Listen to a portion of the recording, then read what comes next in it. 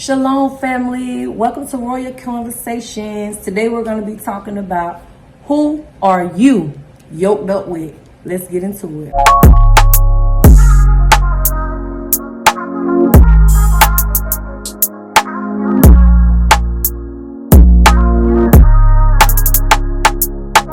Today our scripture is coming from 2 Corinthians chapter 6 verse 14. Let's get it. It says, do not be bound together with unbelievers. For what partnership do unbelievers have with believers? Or what righteousness with unrighteousness? Light with darkness? What fellowship do we have with darkness? If you say that you are a woman of God, a man of God, what partnership should you have with darkness? Some of us are in marriages with unbelievers. Some of us, the Bible calls it unequally yoked. See, when you hear the word unequally yoked, we automatically think about marriages. It ain't just marriages, it's friendships, partnerships, business-ships, you name it. If you call yourself being righteous, baby, you ain't got no business being in relationship, marriages, friendships with an unbeliever. Light cannot fellowship with darkness. See, there ain't no gray area. It's either you light or you claiming darkness. But what fellowship do they have? It's like tying, picture this. It's like tying two animals together, two horses together, one righteous, one darkness. And when you tie them together, you got the one that's in righteous want to go towards the things of God. They want to pray. They want to fast. They want to live a holy and righteous life. Yet, on the other hand, you have the darker person or the horse that wants to go left and go towards the things of the world. He wants to drink. He wants to smoke. He wants to party. He wants to turn up. What's going to happen to those horses? They're not going nowhere for starters. They're going to be going in circles. So the question we got to ask ourselves here is, who are you yoked up with? Period. We can't do the things of the world and claim that we are with God. It won't work. We can't be, it's called set tripping. Anybody know what set tripping is? You know that you are a false claimer. You can't claim to be in the things of God, yet continue to doing the things of the world. You got people that'll party all week long and be holy and uprighteous on Sunday morning in church, or you got brothers and sisters that's claiming the Most High, wearing their fringes, doing everything they supposed to do, yet at home abusing their wife, yet home mistreating or cheating on their spouses. It ain't gonna work. Who are you yoked up with? You got to get somebody that's on the same mind as you. You got to get somebody who has the same dreams, the same goals, and that should be ultimately getting into the new kingdom. If they mind frame ain't on the same things of God as you, what are you doing being yoked up with them? So let's ask ourselves again, who are you yoked up with? I want to help y'all today. Let's talk about some signs. Let me give y'all some key points on ways to knowing that you are in an unequally yoked relationship. Y'all ready? Brace yourself. The number one sign to knowing that you are in an unequally yoked relationship is your spiritual growth will be severely hindered. You will be hindered spiritually. Your prayer life won't be the same. You won't be able to tap into the things of God like you want to. You won't be able to accomplish the things of God that you need to do for the kingdom.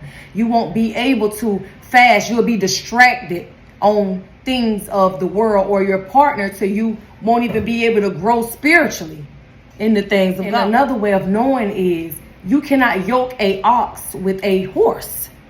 For one, it's a size difference. For two, it's two different animals. You'll find out one will dominate the other. One will pull the other in a whole nother direction. So if you catch that, the person who's more dominant, either you're going to pull them over for the things of God, you're going to win them over, or you're going to be pulled over into the things of the world, which is, it's not right. It's nothing good going to come out of that. That's unequally yoked. So again, who are you bound to? Another way of knowing is when you get with somebody, are they teachable? You know, you get these men that go after women who just looks apart. You know, they have their stuff together. You know, they look apart. but you know, they're quoting scripture, they're going to church, they're doing everything they need to do to serve God, but they're not teachable. They don't have a teachable spirit. And it ain't just for women, it's some men also. It's women out there that's a lot more mature in the things of God than a man. You know, it ain't even a competition, but you have to be equally yoked up with somebody who's willing to walk the same path as you, walk the same, you know, have to share the same interests in the things of God with you. Because if you don't, you're going to find yourself in a rut. You're going to find yourself crying. You're going to find yourself praying, wondering why the Most High ain't turning this situation around, because you're unequally yoked. You're unequally yoked. It won't work. The two, it won't work. It won't work. Sometimes y'all have different values.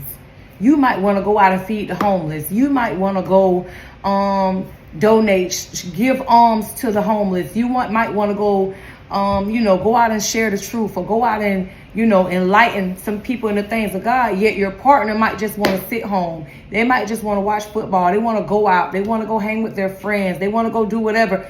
See, now you're unequally yoked because you pulling left and he's pulling right. Y'all going in two different directions. Again, who are you yoked with? One thing I want to say is, you know, when you're choosing your partners for marriage, when you're choosing somebody to be in business or relationship with, you might want to choose somebody who you are yoked up with, who are, or shall I say, trying to pursue the things of God, trying to, you know, have a positive outlook on things. Because if you get a partner who is pushing towards or pulling away from the things that are good for them, or for, shall I say, pulling away from the things of God, then, you know, you're going to always have a problematic relationship. Because, you know, people like to say, well, a sanctified wife make a sanctified husband. Sanctified husband make a sanctified wife. Yes, that's true. You know what I'm saying? You can't divorce. I hate to say it, but you cannot divorce just because your spouse chooses to do other things.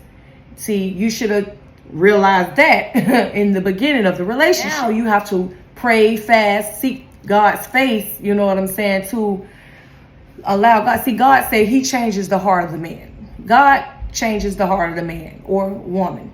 You know, you have to continue to do your spiritual growth, not saying, you know what I'm saying, leave them out, but you got to pray for your spouse. You're going to have to fast for them. You got to seek God concerning this now, because you have now yoked up with a unbeliever. You have yoked up with an unbeliever. And like I said, it ain't just for relationships. You can be in business with somebody. There's two people want to start a salon, a barbershop, want to start a business. Yet y'all have two different beliefs. How you end up believing, you know what I'm saying, the Most High, and they end up believing Buddha, whoever. Y'all worshiping other gods. How is that partnership or that friendship going to work? It's not. It's not going to work, baby. I'm telling you now. So we have to be very careful who we yoke up with. Also, it's going to be a time where you're going to have to let them BFFs go. You're going to have to let them best friends go. You're going to have to let them boyfriends go. You're going to have to break fellowship with some people that you're not, you know what I'm saying, you're equally yoked with. It ain't just relationships. Like I said, friendships too.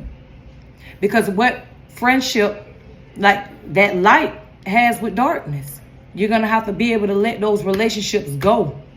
It's going to hurt, but it's for your good. You got to press and take up that cross daily and move towards the things of God. You don't have time to be distracted out here doing whatever with whoever. Either they going to roll with you or they can roll out. They got to get right or they getting left. Choose this day whom they going to serve. You don't have time to keep going in circles.